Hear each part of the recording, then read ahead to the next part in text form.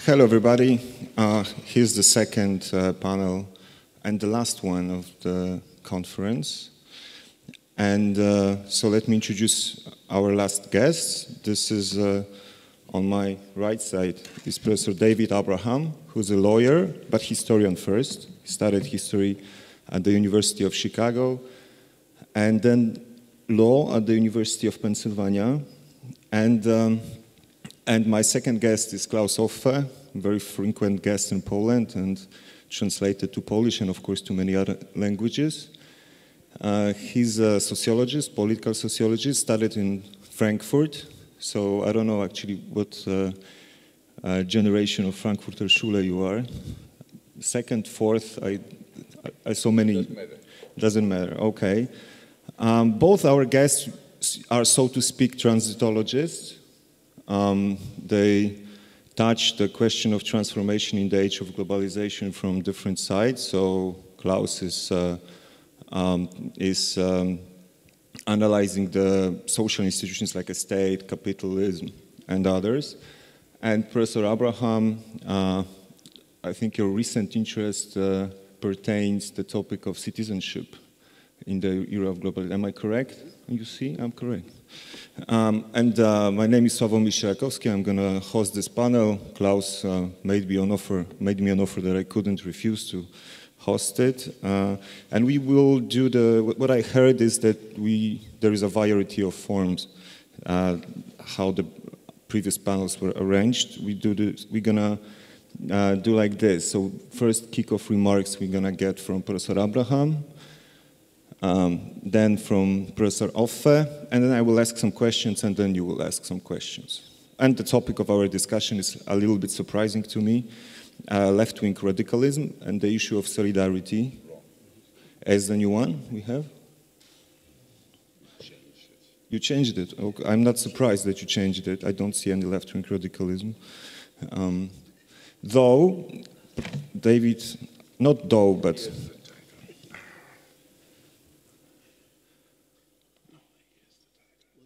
All right, sounds more interesting. Come on, we're prepared for this one as well. The following one is Liberalism, Populism, and the Challenges of Post-Transformation in Eastern Europe and Elsewhere. Okay. Let it be. Professor Abraham, take the floor. Thank you. Let's not make too much of the title because we're going to be talking about different things in any event. So being the last panel is a little bit like being the speaker before dinner. Everybody wants to move on. So I hope we can make it worth your while to have stayed with us to the end. In one of our opening night dinner toasts, we heard that solidarity was the readiness to share with both these, excuse me, let me get that right. We heard that solidarity was the readiness to share things with others with whom we have something in common. So this very pregnant formulation leaves out the question of with whom do we have things in common? What is the basis of this solidarity? Who is the circle of the we who can belong?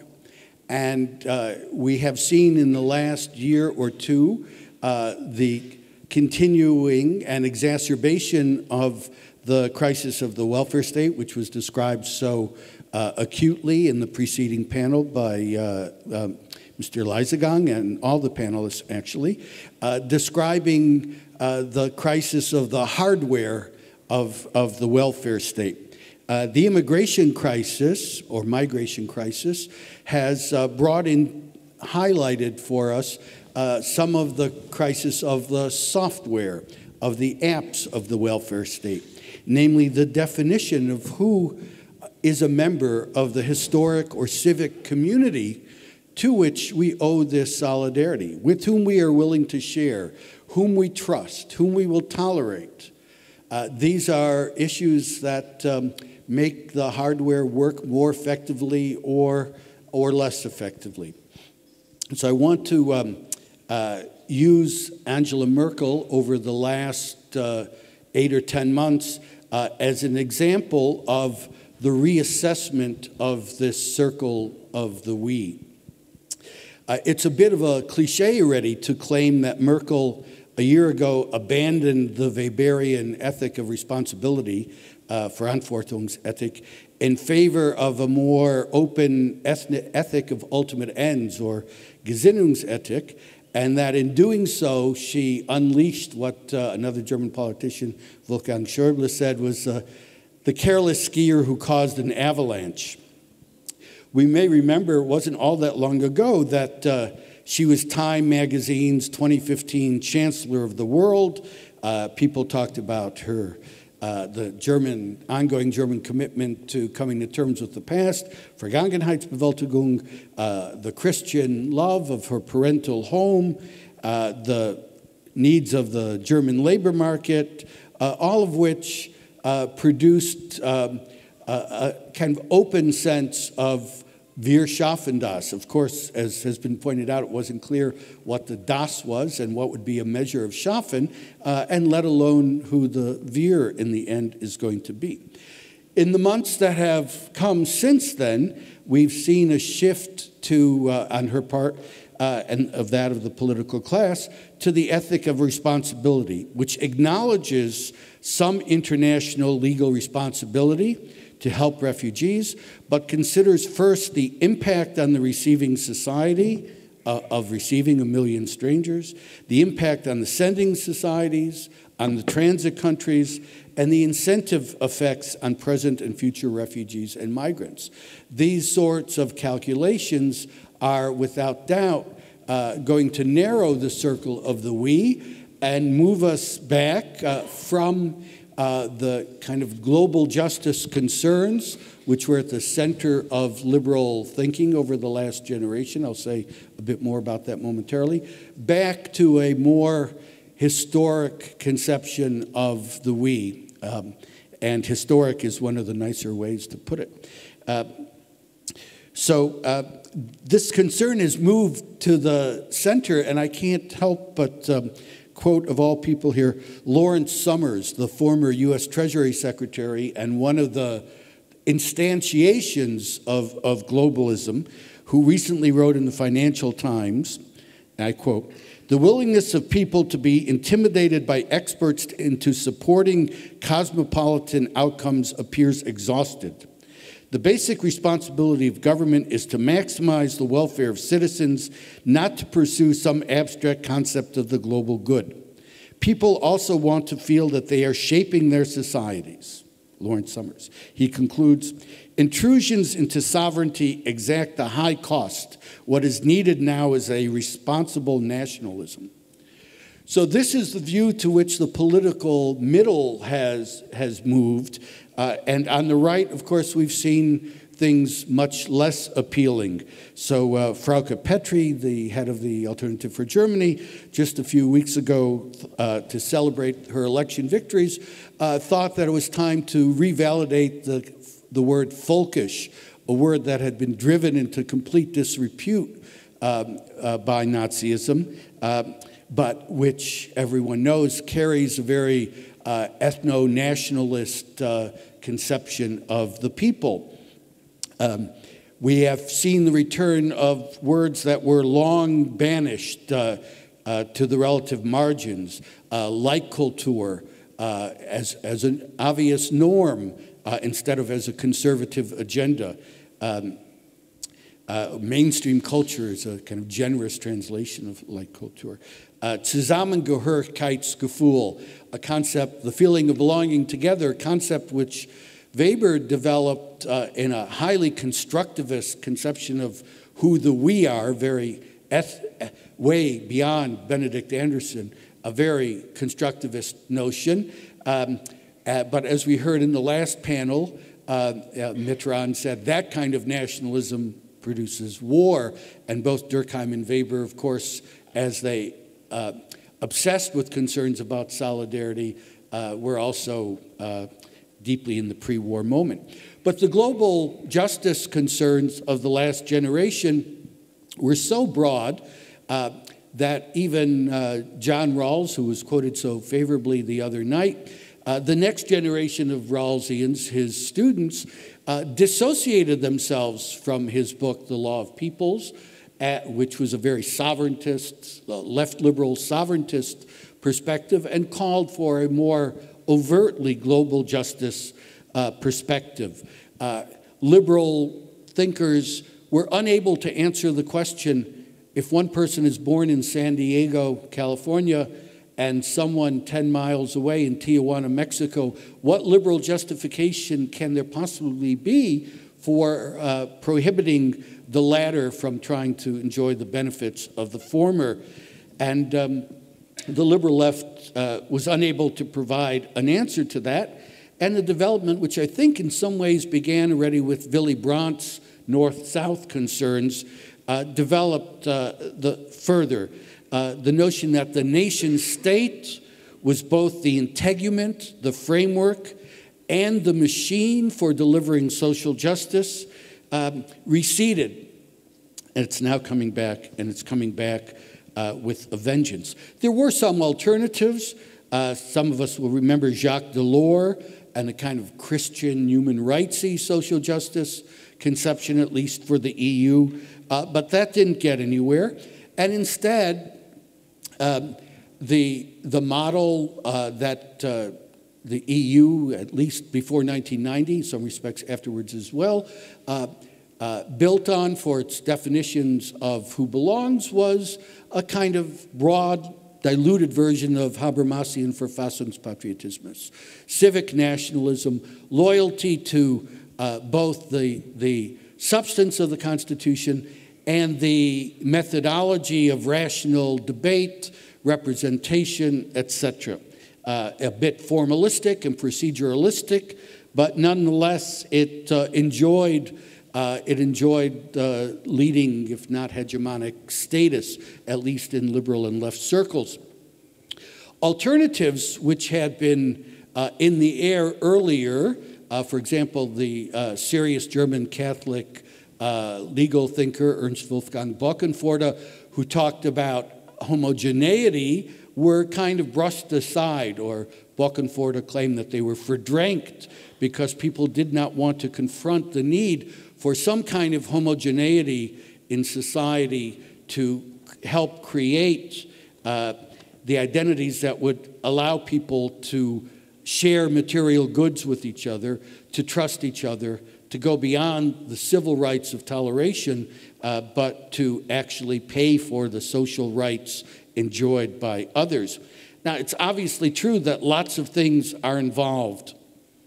Constitutions, laws, political platforms, class identities, trade unions, civil society organizations, all of these are involved in this part of the software of the welfare state. But the immigration crisis has highlighted for us this particular topic, difficult one. We can all talk about the historical communities, but when we try to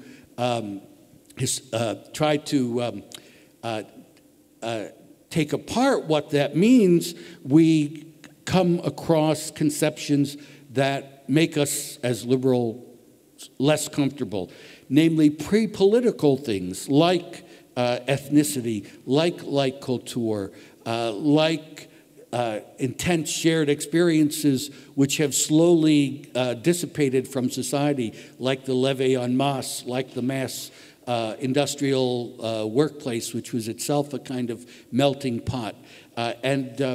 Instead, we have developed societies in which difference has been valued as a liberal principle, but now is coming back in some ways to haunt us as the levels of social solidarity that have helped the welfare state seem to be suffering. The borders and bonds of citizenship, seem to weaken in diverse multicultural societies. I know that's a contested statement to make, but there seems to be a lot of evidence coming from right, center, and left alike, to name only a few, Putnam, Berry, Koopmans, and a host of other sociologists who have, I think, fairly convincingly made the argument that the willingness to share declines, that immigration absent intensive integration leads to less and less willingness to share. In some ways, the United States has it easier since we have a much weaker welfare state regime. We offer a level playing field, but no one gets a ladder.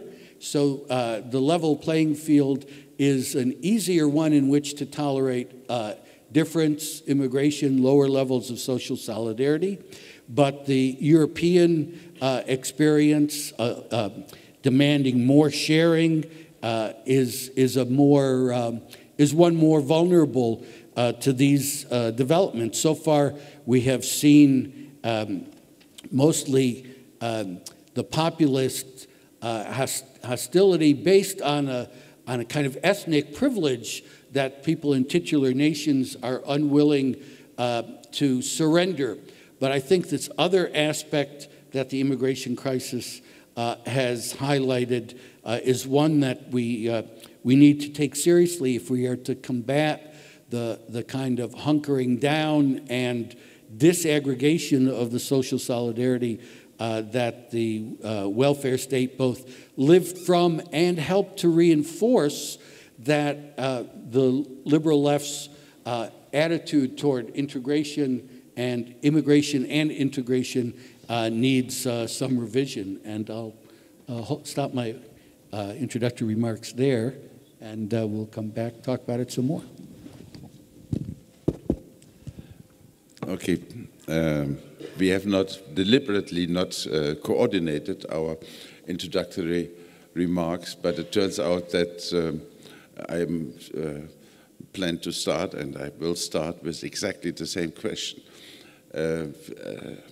Ulrike Gero yesterday morning took the liberty, I would say, to translate the concept of solidarity by using the French Revolution Fraternity.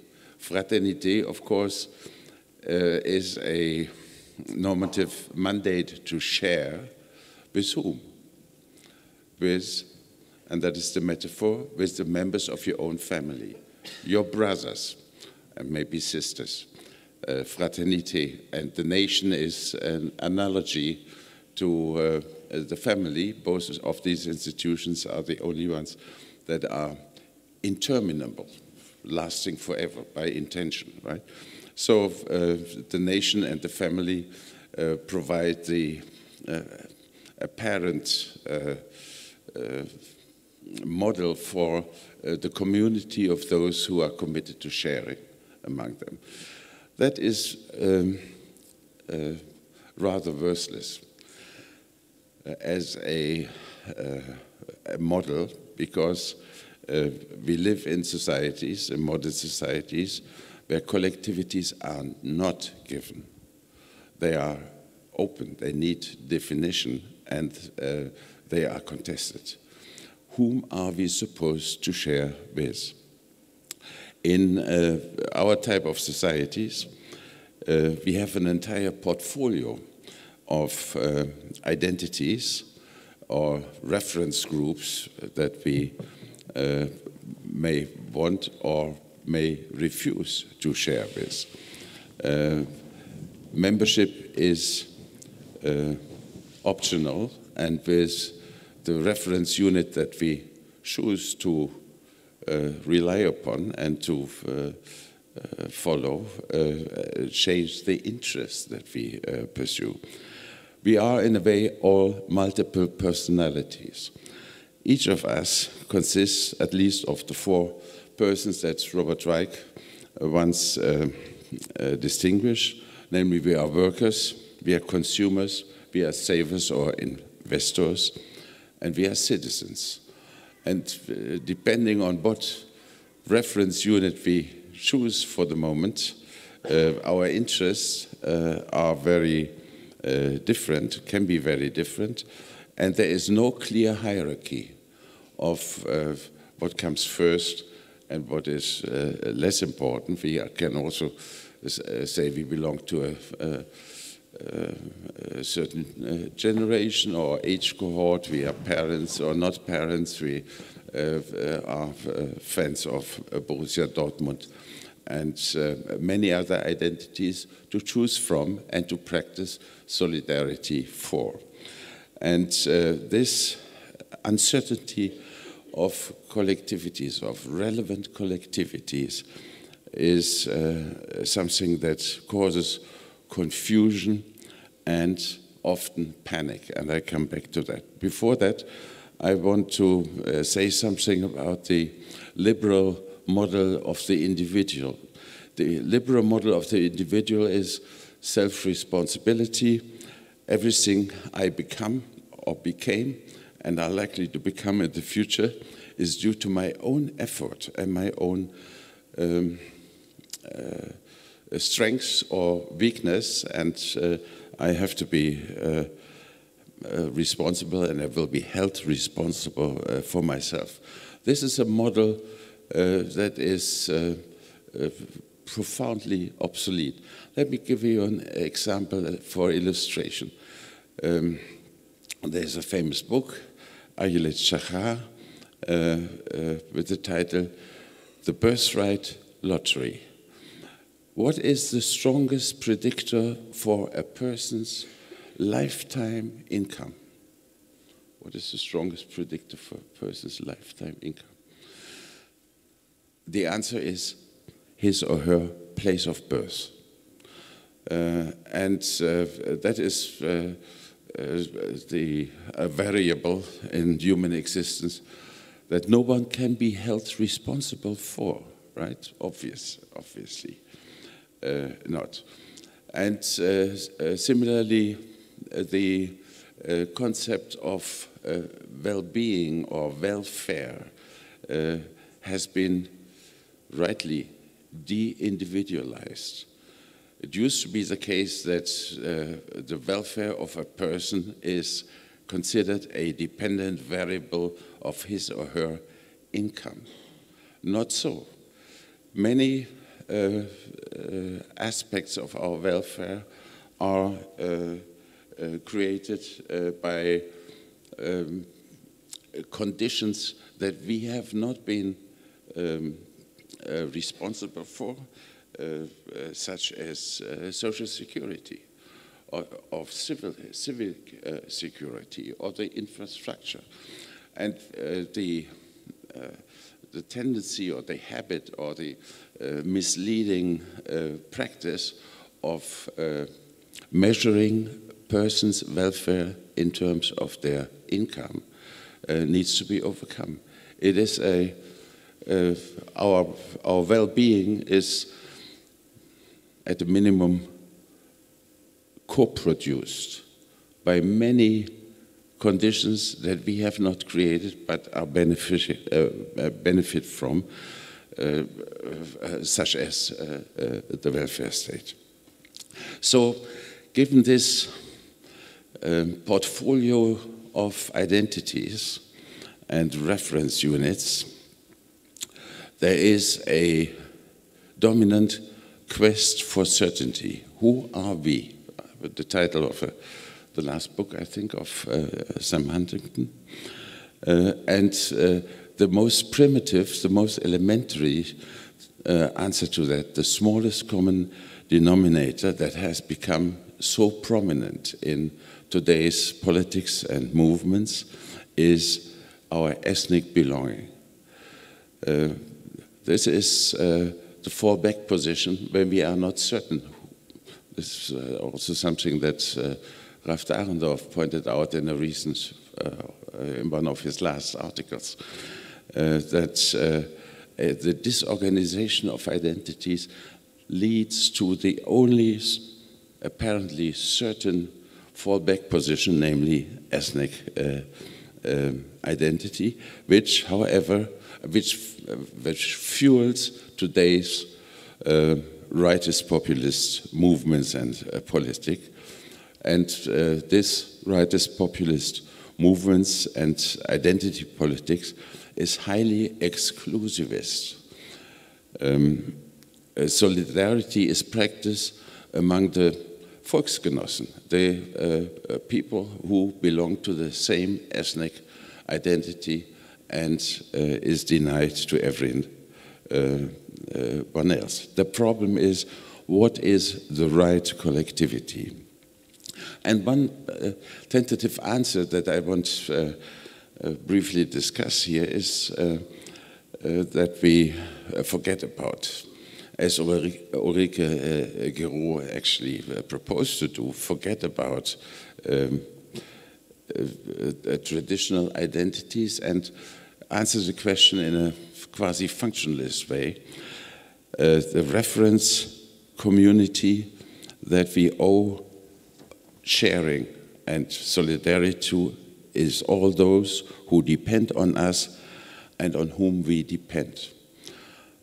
It's interdependency rather than a given identity. Given this interdependency, and you could illustrate that by European Union examples, the obligation of practicing solidarity would pertain to all those whom we are sharing a common fate with. And for this community applies the principle that your well-being makes me better off. So I have rational reasons to contribute to your well-being because we are interdependent. Your absence of well-being has negative consequences for me and vice versa. There are, however, and that needs also to be highlighted in a critical perspective if you talk about the commons and the common good as if it were something that is self-understood and self-explanatory. We need to realize that there are cases of deceptive common goods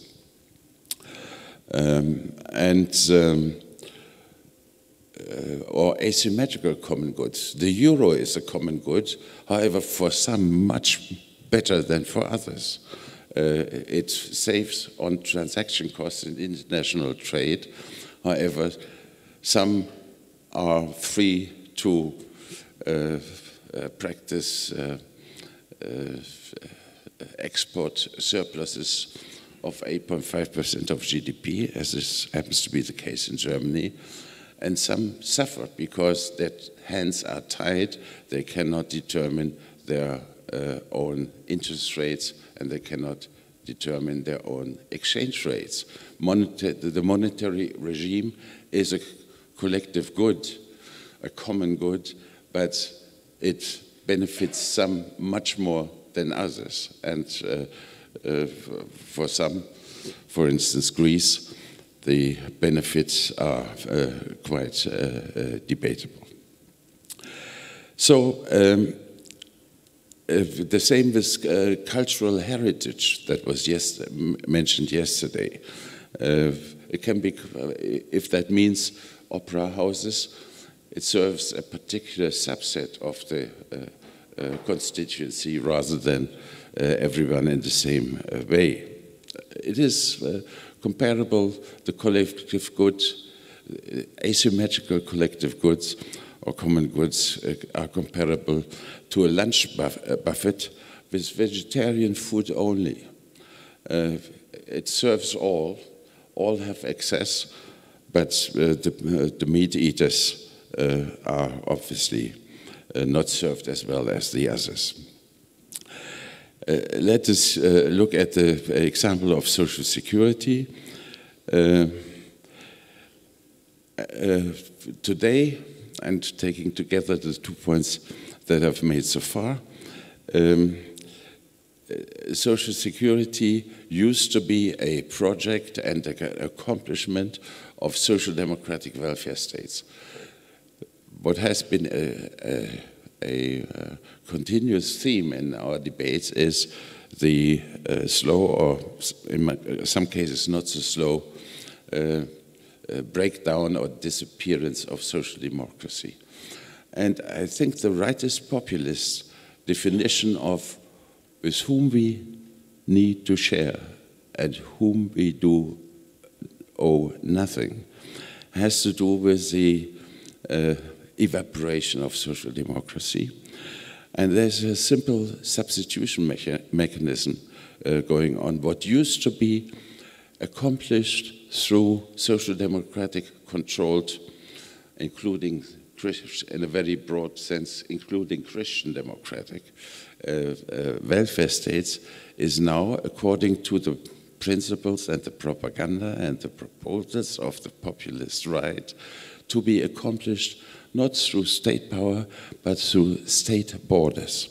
State borders are a protective device that protects us from the inflow of various things: foreign goods, foreign gods, foreign people, foreign investment, foreign authority, and foreign information. All these things are to be kept out through strengthening of borders, through the building of fences, through the establishment of a collective identity of solidarity that is fenced in and protected from outsiders.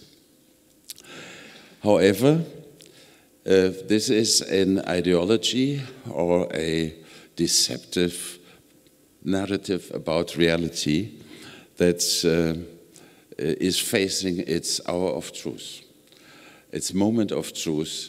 It cannot survive, it is unsustainable, it feels good perhaps for a while, but we are beyond the point where the retreat to national identity, ethnic national identity, is in any way long-term promising, because nations within the EU and far beyond are not independent. They are interdependent, and therefore the Visegrad syndrome of making a 180-degree U-turn. It used to be in the 90s, that was the slogan, back to Europe. Now it's away from Europe. This U-turn is not sustainable because the societies in question depend for their security, their international security, their economic well-being, and their internal integration, the social peace within them, upon the EU, the supranational organization that reflects the facts of interdependency, and you cannot redefine the relevant community in voluntaristic ways so as to rely on nationalism and ethnicity alone. It is simply a lie and the hour of truth is going to come. Thank you. Okay, so let's first focus on the notion of liberalism. As it's not hard to guess, to have liberal democracy, we need liberals. And there is a famous example or anecdote of John Holbrook, who inspired or just or shocked by the war in Yugoslavia, said that imagine that we implement 5 adjective democracy procedures to the society consisted of chauvinists, xenophobics, populists. Of course, the outcome won't be rather a liberal democracy. And so this leads me to another notion, nationalism. And I wanted to ask you, what is so sustainable that nationalism didn't go through this post-ideological turn? Any other ideology, any other concept exists, but rather in a form of this post-way. So with the distance to it, like all of us who believe in, no matter like what kind of ideology you get, we we gained this postmodernist distance. Okay, it's not really easy to be fanatic today in the West. Look at Trump. Trump is not motivated by ideology. Probably this is why he's not going to be, maybe, I don't know, but probably this is why he will rather create a social, not the social, but media concern first, rather than social movement, like radical social movement, all right? But nationalism is something that it's really still exists in this old school form. So how you can of course disagree with me, but if not, then like why? What is so sustainable in it? Well, it seems to me that Claus, citing Dahrendorf, pointed to ethnic nationalism as a kind of atavistic fallback, always available. So I think that's probably right. But on the other hand, Robert Reich is a kind of simplified version of his portfolio notion. It's a kind of simplified version. I recall an excellent essay Adam Przeworski wrote in the 1970s on Karl Kautsky and the problem of class formation. These are not random assignments of identity. I can choose to be a male or an American or an investor or whatever on a kind of random basis. There are social conditions that make some things possible and other things not possible. The reason I think nationalism is not simply an atavistic residue that emerges when the welfare state exhausts itself or social democracy dies or something like that. The fact is that we do live in ethnic historical communities, and when I think it was 1912, when the Socialist International met in Amsterdam, it was workers of the world unite, now go home and do your thing. I'm sure they didn't use the phrase do your thing, but go home and organize for socialism. So the fact is that these ethnic historic communities are not pure inventions. They were created as political entities, but the ethnic historical reality is there. And it seems to me that as an immigration scholar, that we can't ignore this. And that's why immigrants will shape the future of a country, but they are getting on board a boat which has already come from somewhere and has been sailing a long time, and they can help determine where it will sail in the future. It's a contingent and open historical formation, but we can't ignore that it is a historical formation. It does have a geography, it does have a history, it does have a prevailing language, and all of these things. Class was a very useful universalist formation. For Verfassungspatriotism was a very useful universalist formulation, and they were compatible, as Kautsky and others would have said, with the universal worker who represents increasingly the overwhelming majority of the society. But if we have all in the last 2 days acknowledged the twilight of social democracy, then we also have to take into account the twilight of those universalist identities that accompanied it, and work with things that are not just atavistic, but that are there all along and have to be negotiated differently in different phases of historical and economic development. Just to express one thing, no matter what kind of definition, how strongly postmodern you will get, you mentioned Benedict Anderson, imagined community, nations as imagined community. Benedict Anderson never wrote something like that because it's a social construct, it's going to be very weak and flexible. No, it's not. It can be a social construct and extremely strong and hard. The same with Ernest Gellner and another definition givers. But so, yeah. But so how? What's going on with the nationalism? Especially because you don't see much analysis of it in contemporary humanities. Like we like lost the war theoretically, and we are losing practically with this. What we need to explain is why is ethnicity so dominant as a category of collective action and negative collective action, namely collective action against or to the disadvantage of the non-belonging. Why is that so? So we have a choice. We can act as citizens rather than as members of a ethnically defined community. We can act as workers, although we heard this morning that 15% in Britain, if I remember rightly, people in Britain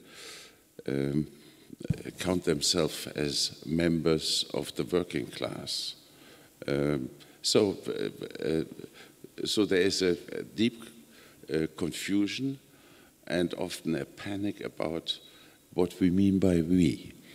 And nothing is given here, and it has become a practice among people like us, if we are in the United States or elsewhere abroad, that we describe ourselves as Europeans rather than members of a nation state within the European Union. So it is to a large extent optional.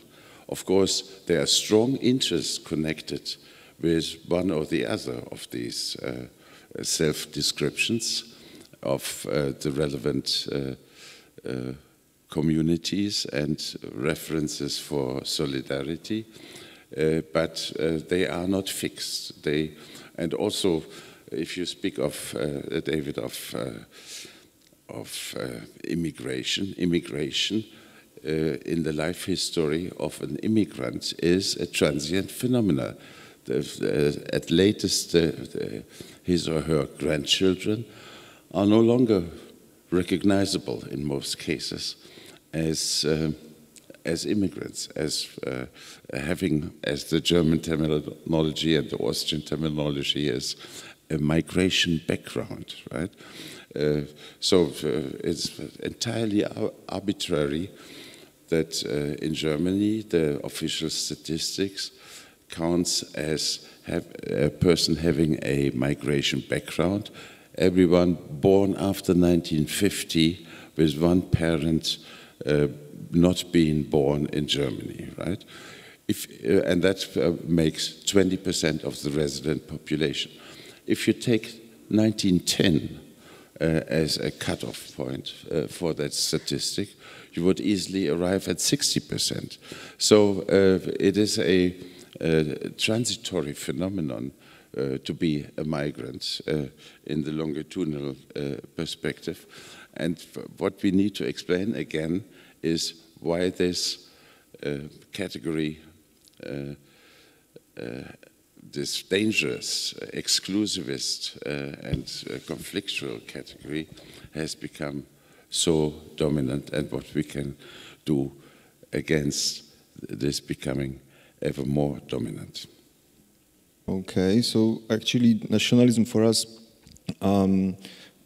means more or less something like, let's put it this way, homogeneity, and also in your previous remarks.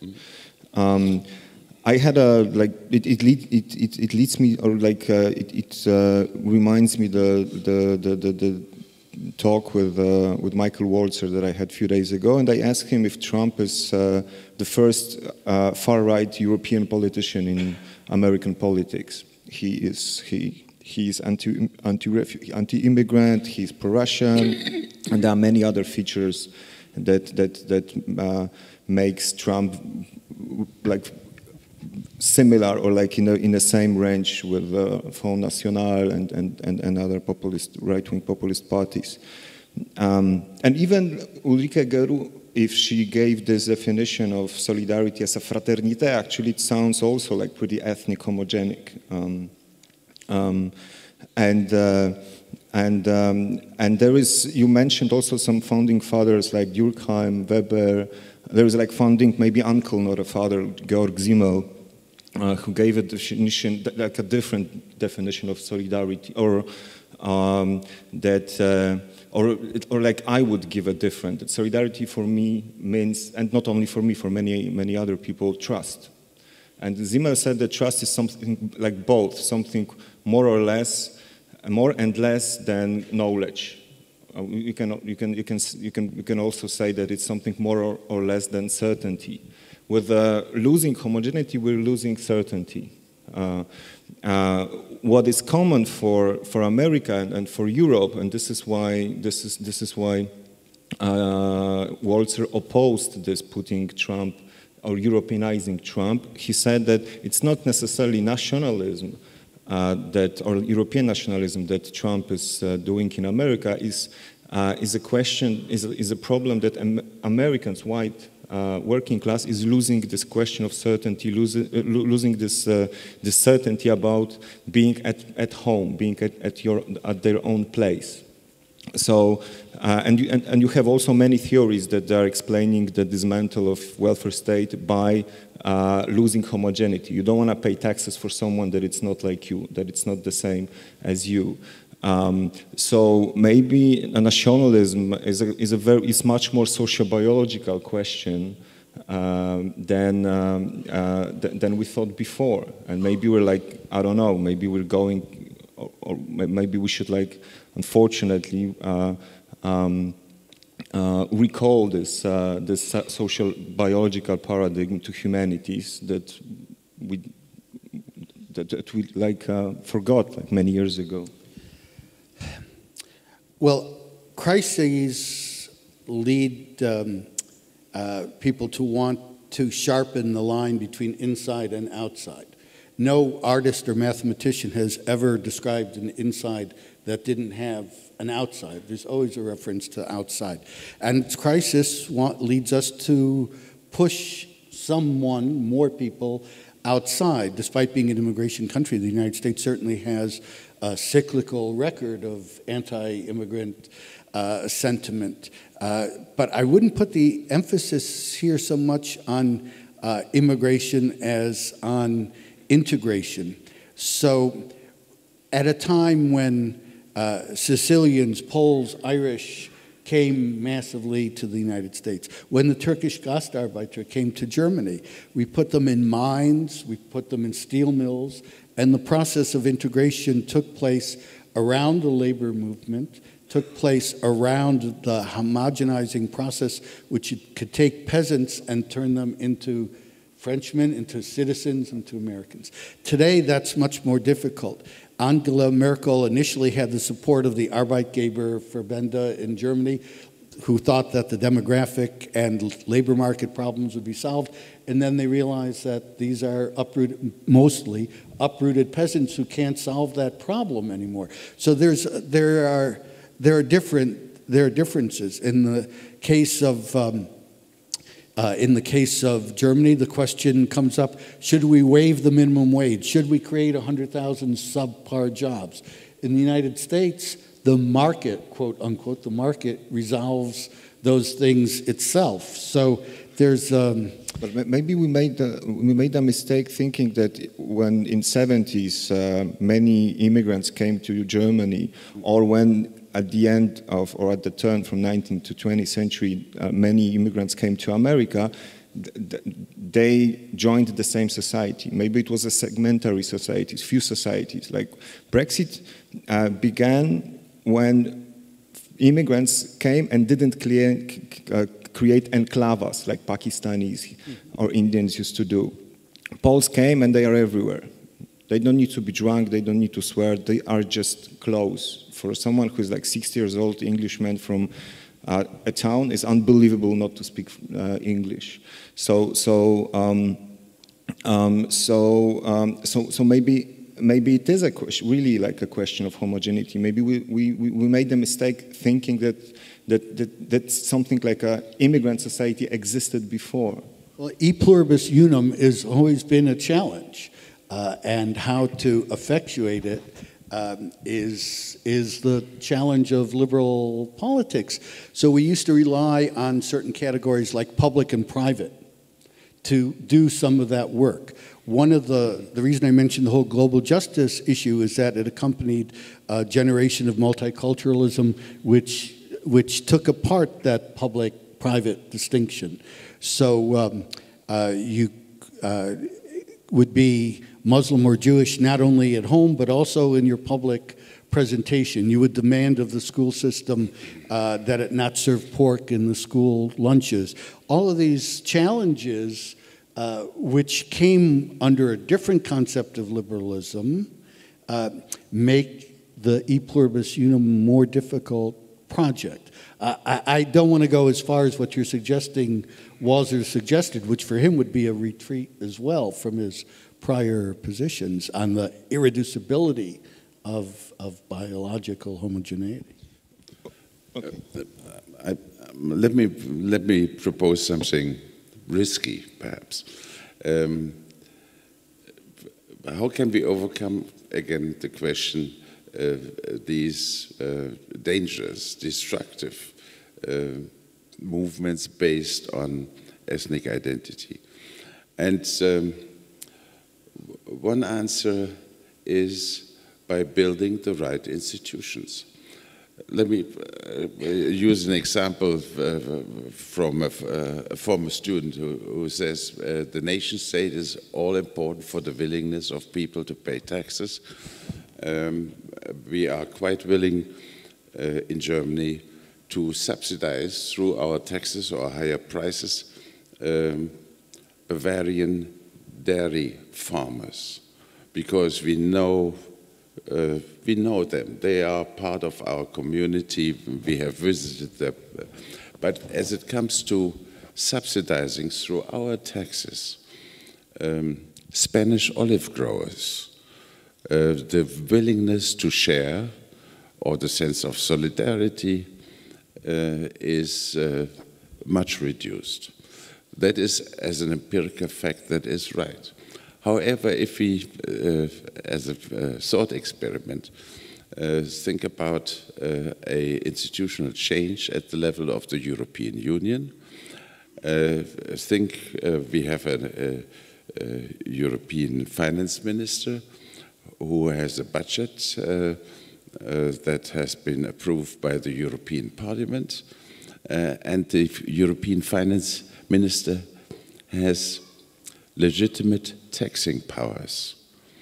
Then the cognitive horizon of people who benefit from the taxes and pay the taxes would be quite different due to this institutional change, and we would come to the conclusion that the olive growers in Spain had the same right, the same entitlement to agricultural subsidies as have the Bavarian.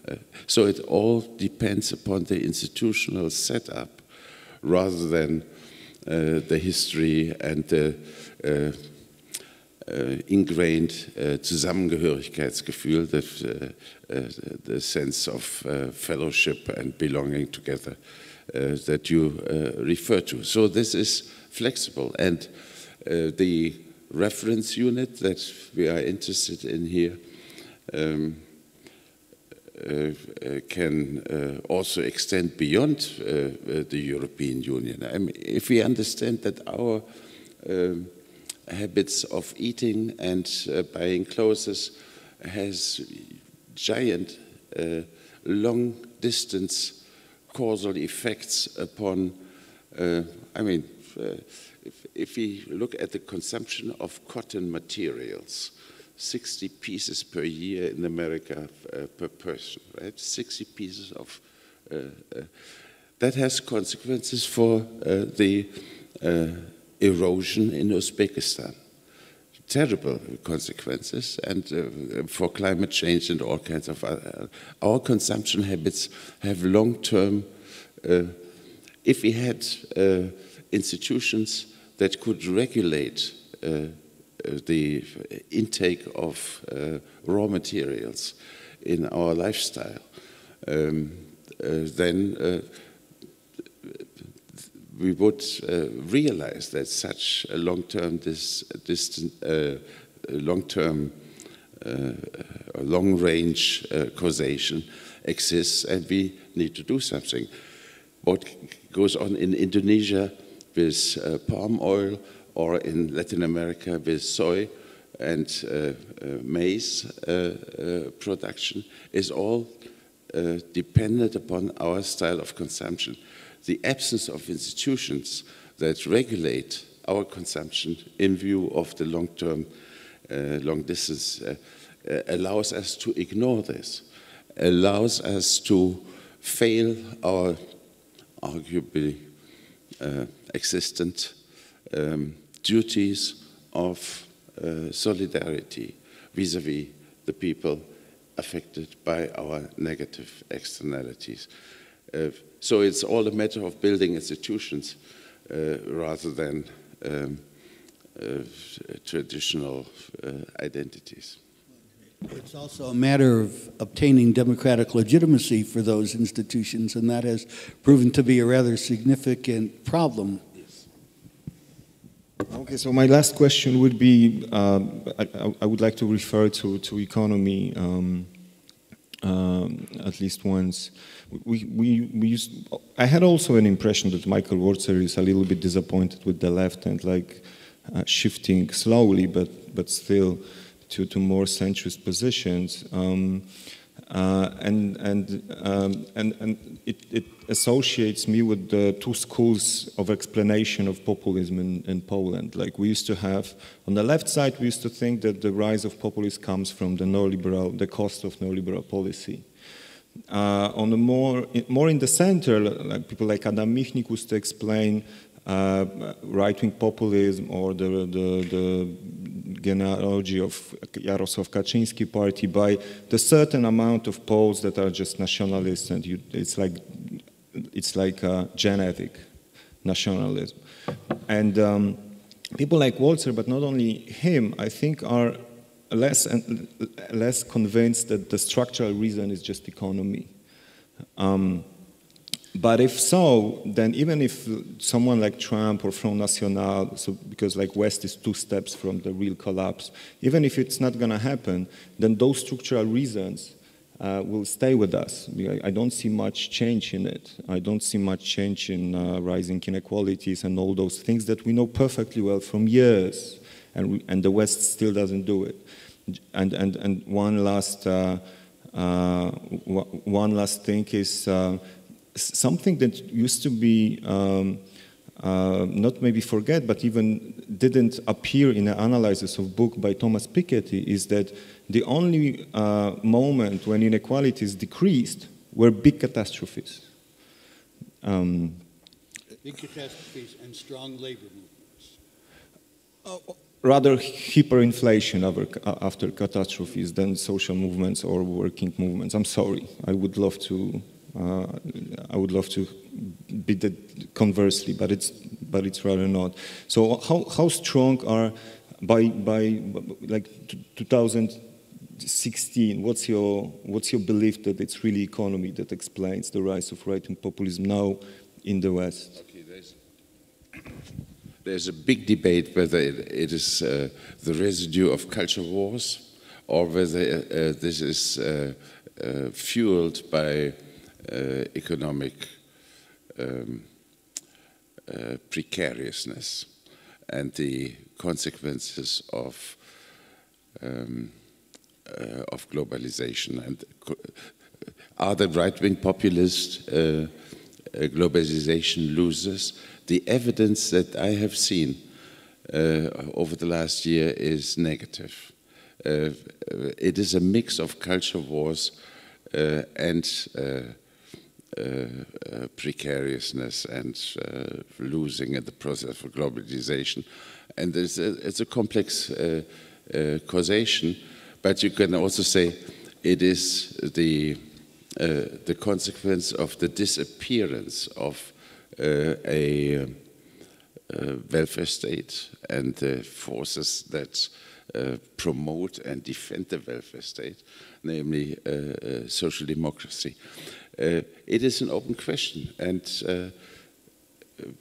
we have not yet a full analysis of the phenomenon, but it is very clear that this phenomenon that we are talking about, right-wing populism, is changing not just the societies and their party systems and their forms of representation and their public culture and the degree of liberal realization of liberal rights, but it is also changing international relations in a very serious sense, and we know that in the European Union, and there is every good reason to think about institutional changes that can overcome the phenomenon, or at least domesticate and tame its potential destructive implications. I think you don't know that, but the habit is, the routine is to that's what I wanted to do. We have still like 15 minutes for Okay, well, just one word to that. I can't speak to Europe, but I think in the United States, class war is still an alternative to ethno-national conflict. As the Sanders campaign showed, there is, at least in the United States, a sufficient amount of inequality and a sufficiently non-exhausted welfare model that the reproletarianization of a working class that rose through the glorious years of capitalism does have a left-wing possible outcome. I don't know if Corbyn represents that or if that's a different set of issues, but I think it's not inevitably a right-wing. So who wanna? Okay, so we have we have 4 questions. So let's maybe start with the guest in the middle, then Ivan, David, and our friend on the back. Yeah, Paul Taylor. I like to take Klaus Offe up on his view that there would be wide public consent for a European finance minister with a legitimized budget from the European Parliament, spending money as needs required within Europe rather than along national lines. How do you get German taxpayers to consent, German voters to consent to that? Because that's the 64,000 euro question, I think, for the future of the EU. And so far we've failed, which is why the Eurozone is a very precarious halfway house. Ivan, let's collect questions if you agree, okay? I was surprised that when you were going back why ethnic nationalism is such a powerful identity, you didn't touch on another identity that was very much weakened, which was universalist and competing with this, and this was the religious one. In a certain way, I remember 1999, basically Tony Blair came to Bulgaria to try to mobilize support for the operation in Kosovo and said, I'm doing here what Gladstone did in 1976 for you. But it was very different. Gladstone was asking for solidarity with the Christians in the Ottoman Empire, those who were like us. While Blair said the new universalism is having solidarity with those who are not like us. And I do believe from this point of view, this previous type of universalism on the level of Christianity has an institution behind it. It was the church. And what we see these days is very much nationalization of the religious identities. You expect a very kind of a Christian country like Poland to jump in the beginning of the Syrian crisis and say, we all want all Christians to come here. I didn't see much of it. And from this point of view, I do believe this is one of the arguments that really is interesting, and it's particularly for the West. Weakening of the religious identity makes ethnic identity so strong. In the Middle East, where the religious identity is strong, you're going to see some of the ethnic identity being weakened. And secondly, the weakening of the state leads to ethnization of the state. Particularly, part of the strength of the state was its assimilation capacity. But now the state basically is not allowed to assimilate much. And then when you're asking how we know that it's a Bulgarian state because it's our state, basically populated mostly by Bulgarians. And I do believe from this point of view, paradoxically, these 2 elements in my view very much also contribute to the real default strength of the ethnic national identity. But would you agree that religion is post-ideological or not, even? Could be pre and could be post. Okay, David Ross. Yeah, just a quick observation. Frank Parkin, a long time ago, criticized Marxists for naively expecting universalism, when in fact, you know, those who are endangered and trying to protect their own interests seek smaller types of communities. He called it mechanisms of social closure through trade unions. He was kind of critical of that, but I think, you know, historically, right, trade unions have been on the left, that smaller institution that have been able to capitalize on defending smaller communities and pushing a wider agenda. You know, we know trade unions are in crisis, but I think, you know, it's almost like I have a sense that we're so used to the fact that trade unions are in crisis or going down that we may miss their key importance in building up a counterforce to that radical right, because without that medium organization, that smaller type of social collectivity, of class collectivity, right, then it's hard to build and regain that broader class collectivity that we're all missing here, that we're all, you know, nostalgic for. Thanks. Okay, and the gentleman on the back. Yeah. About 2 months ago, I conducted a workshop in Vienna. I'm Austrian. I've been Austrian since 2000, but I still encounter questions like, yes, and where are you from? And I keep on asking the question to myself, how long am I going to be encountering this question of, you know, where are you from? I'm not surprised, because Zygmunt Bauman has talked about it in his concept of the concept of strangers as terrorists, also as people who make those, for instance, within the dominant groups and societies afraid of this stranger being a potential terrorist, just threatening your sense of being. But in this workshop, I asked people to explain who they were, what their identities were, and how they related to Austria. And 3 of the participants said, you know, I'm Turkish, I'm born here, I was born in Austria, but I feel Turkish and I will feel Turkish forever. And 2 others, one of them young woman, all of them actually aged 20, said the same things. And after the workshop, I asked them, you know, during the recess, I said, I wondered why you said that, because you're 20 years old. Aren't you citizens? Yes, they said, we're citizens, but we're taking what we believe the country took from our fathers as guest workers. But we do not identify with this country. And I said, how's that? And they said, well, can't you see how I look like? And I said, you know, what am I going to say about how I look like? And I think this bio aspect of ethnicity and belonging that you mentioned here is very, very important. That's never going to get away from those of us who look different. And where is the onus, or whose responsibility is it then to take that away from concepts of belonging? And I really am very sympathetic to the idea of let's build institutions, because I think in my own way of belonging to Austria, I think it's institutions that have helped me. But it doesn't help when, for instance, I tried to do a little bit of activism just by talking, for instance, to taxi drivers and asking them. There are many Egyptian Austrians, Turkish Austrians. I use this hyphenation because actually I believe that that's a better way of identifying them than the way they identify themselves. And they've said, no, I'm Egyptian, I'm not going to participate in the next election.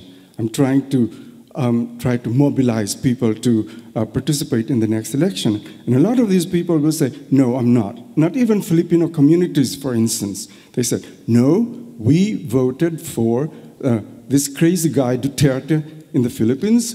I say crazy, they didn't say crazy, but we voted for Duterte, but we're not voting in the presidential election here because we don't feel we belong. There are many, for instance, who are in their, towards their 30s now, and who say, I'll never be able to feel Austrian because the Austrians do not make me feel Austrian because of the, and I said, you know, why? Because of the way I look. Now, I wonder whether you mentioned Benedict Anderson. A few months before he passed away, he came to Vienna for the Southeast Asian Studies Seminar or conference. This was summer 2014. And I tried to pin him down. I said, don't you feel responsible for your idea of imagined communities? I feel very, very strongly for this or against this concept because I think it is that imagination, the concept of imagination, the concept of image that has gone haywire. And he accepted it. He said, look, why is it that people are running after me on imagined communities? This came out in 1983, right? It was reprinted in 1991. But he said, I wrote many other things after that. He wrote, for instance, The Spectre of Comparisons. I pinned him down on imagined communities because he used the Philippine national hero as one of the reasons for imagining the nation and imagining building the nation state. And I said, why did you use the novel? The Philippine national hero wrote 2 novels, a sequel. No Limitang Hero or Don't Touch Me means don't touch me in the Philippines because I am suffering from a social cancer. This was a message in the 1880s to the Spanish regime and the abuses, because of the abuses of the Spanish friars or priests in the Philippines who were in fact the rulers in the colonial government. But I said, why did you use that in order to say the Philippine national hero imagined the Filipino nation, when in fact he was criticizing, you know, the way the Filipino nation was being built. And he said, well, why don't you do something about saying he wrote a second book? And he said, I believe the second book is more important. And in fact, that's true, because the second book is about the subversive. His hero in the first book becomes in the second book the subversive, somebody who takes on different nationalities and personalities, including becoming a Jew in the Philippines at that time and undermining the whole system. And what I'm at is that there is probably something that is overestimated about imagining as communities rather than envisioning the communities, which would go along with envisioning an institution that would help to bring about solidarity. And let's do away with this image of, you know, how do you look, and therefore you are a stranger. Thank you. Thank you very much. Very last question, I hope, real question, not a hidden commentary, from the gentleman at the back. If there is a lady, then it's not going to be the last question. Okay, so we're going to have 2 questions. I would like to pick up the discourse on institutions that Klaus Offe started. And you started with the notion of a lack of institutions. But in your last sentence, you swifted to institution building. And this makes a big difference, because blaming the lack of institutions opens the space for exactly populists. Because on the one hand, they offer an answer by offering a strong leader, and on the other hand, what they do is to blame the others for the situation when we have a lack of institutions. And this is connected to what you said earlier. You said the concept of the liberal concept of the individual is obsolete. No, it is not obsolete. It's in a crisis, and that's the problem, because institutions are not given by God. Institutions are built up by men, and they are built up and filled with life by individuals. And it's individuals that take responsibility for their own life, for the life of their brothers, for the life of their family, their nation, for mankind, which build these institutions. So the real problem is a crisis of the concept of a responsible liberal individual. Okay. And the lady here. I'd just like to take up this idea that we have a portfolio and a mixture of identities. Obviously, many people also have mixed ethnicities because people move. My own parents were war refugees. Now, in defence of UK attitudes to Poles and to Romanians, I'd just like to say that the BBC is currently broadcasting a series of lectures by Kwame Anthony Appiah, who's half Ghanese and half English and has American citizenship, which also suggests that the idea of any single identity may be mistaken, and that a more relaxed connection between people and a more open idea of identity may be helpful, because identities and traditions can be and are constantly transformed and created and recreated. Now, in connection with this, it seems to me that the word solidarity today has quite a hard and even dated ring.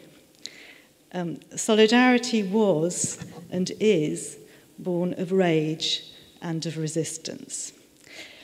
So I wonder if it's not worth thinking in less inflexible sounding terms, thinking more of in terms of trust, as you suggested, and conversation, both institutionally and personally. And looking at an alternative, a more malleable, flexible concept of who we are as peoples and as economies and as human beings, so that we can share more widely. Last thing I'd like to say is I don't think Britain is a lost cause. Okay. You know, Kwame at Princeton teaches human rights. If he would believe in the human rights, he would lose a good job. And this is actually the same for us. So thanking you, thanking my guests, thanking organizers, I wanted to appeal, don't lose our faith in liberal democracy. Thank you very much. You want it? Yeah. Because there were mostly commentary. Okay, please. I mean, if we have time, briefly. To Paul Taylor, very much agree. Enormous political difficulties to build institutions that cover a broader or wider scope. However, that is a necessity that is recognized by everyone who calls for a European finance minister instead of six-pack and two-pack and regulation of national budgets. We need a European finance minister in order to regulate the externalities and the interdependencies of budget. It is very hard to sell this to the German public, no doubt, but there are counteracting tendencies. The functional need is not yet realized by voters in Germany and other countries. Even the nice thing about, I mean, you're right, nationalization of religion. At the same time, the nice thing about Roman Catholicism is that it is an internationalist religion, and in that sense universalist. And unfortunately, there is no equivalent to the Pope in either the Protestant church nor in Islam. And we would urgently need such an institution of a supranational, so that religions cannot be hijacked by national interest. David, I mean, the answer is that we are in a process. I mean, what remains of the welfare states, they are moving in the direction of what I call fiscalization. Rather than contributions, we finance unemployment, health, and pensions to an increasing extent through taxes. And I think this is a very welcome development, and it will be extended into the future. The reference unit is citizenship rather than being employed or being employed for such and such years, and the eventual solution to one problem of social security will be a universal basic income, which is based on citizenship rather than on employment status for so many years and so on. So building a floor as a citizenship right rather than the small scale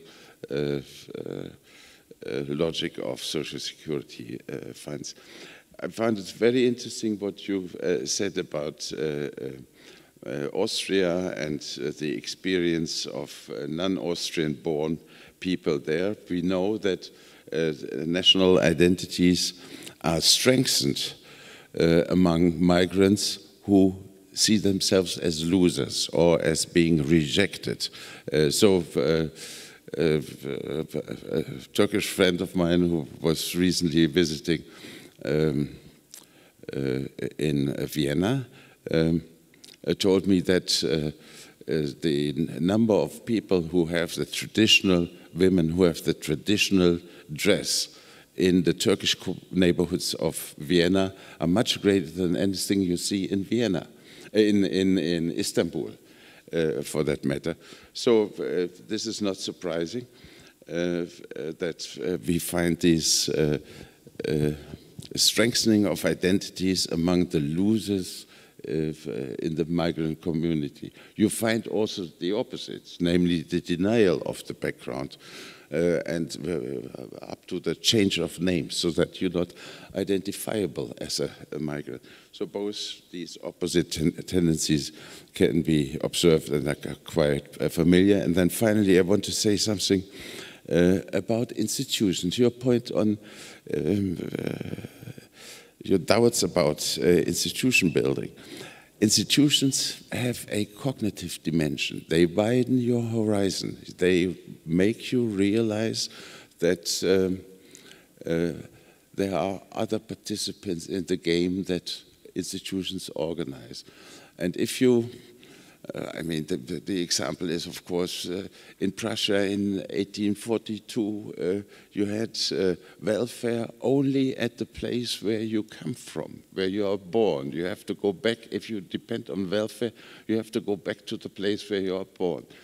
In 1842, this has been generalized, and a Prussian office for poor relief and welfare has been created. It widens the horizon and the awareness of the phenomenon, and that is one of the virtues of institutions, that they define the relevant community of people who have a claim to what institutions do. I would just add a couple of words to what Claus has just said. First, in regard to Ivan, so the Catholic Church is indeed an internationalist organization, and in many countries a leading advocate of immigrants and runs afoul of the state on the question of immigration in many places. On the other hand, there are countries where Catholics are a minority and have demonstrated their loyalty by being very nationalist. So the U.S. Catholic Church is sharply divided between immigrant-friendly internationalists and militant patriots, defenders of the country. One even sees that in the election this year. Poland is a macro version of that, stuck between Orthodox Russia and Lutheran Prussia or Germany. The national and religious identities are so intertwined, everybody knows. I don't have to say anything about that. But the mixture of demos and ethnos for Catholic activists is a little bit different. On Tony, the reaction, it's Tony, right? The reaction formation in amongst immigrants in places like Austria is indeed a sign of the sense of alienation. One sees that as a constant threat in African American culture as well, this reaction formation to being excluded.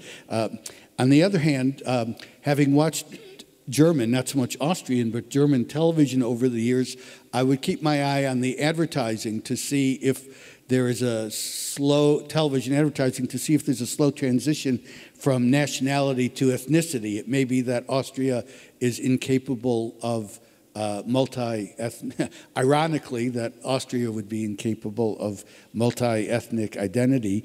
And lastly, we have forgotten sometimes the end of the French Declaration. It's the declaration of the rights of man or mankind, people, and citizen. And the agency, it's citizenship, which is the agency for the realization of universal rights. And I don't know that the establishment of international institutions can do the same thing unless there is a citizenship analog to the institutional institutions. My passport says that first European Union. And actually in Austria, David Alaba is one of the most frequently person who appears on advertisement. And I think advertises one of the biggest banks in Austria. And he's Austrian of African origins, playing for Nigerian origins, playing. Okay, I didn't know that. Okay, now really thank you very much to the public. Thank you very much to David Abraham and Claus Offe and the organizers. Thank you very much. The conference, Mobilizing for the Commons, 10th Anniversary Solidarity Conference and 27th European Meeting of Cultural Journals is finished.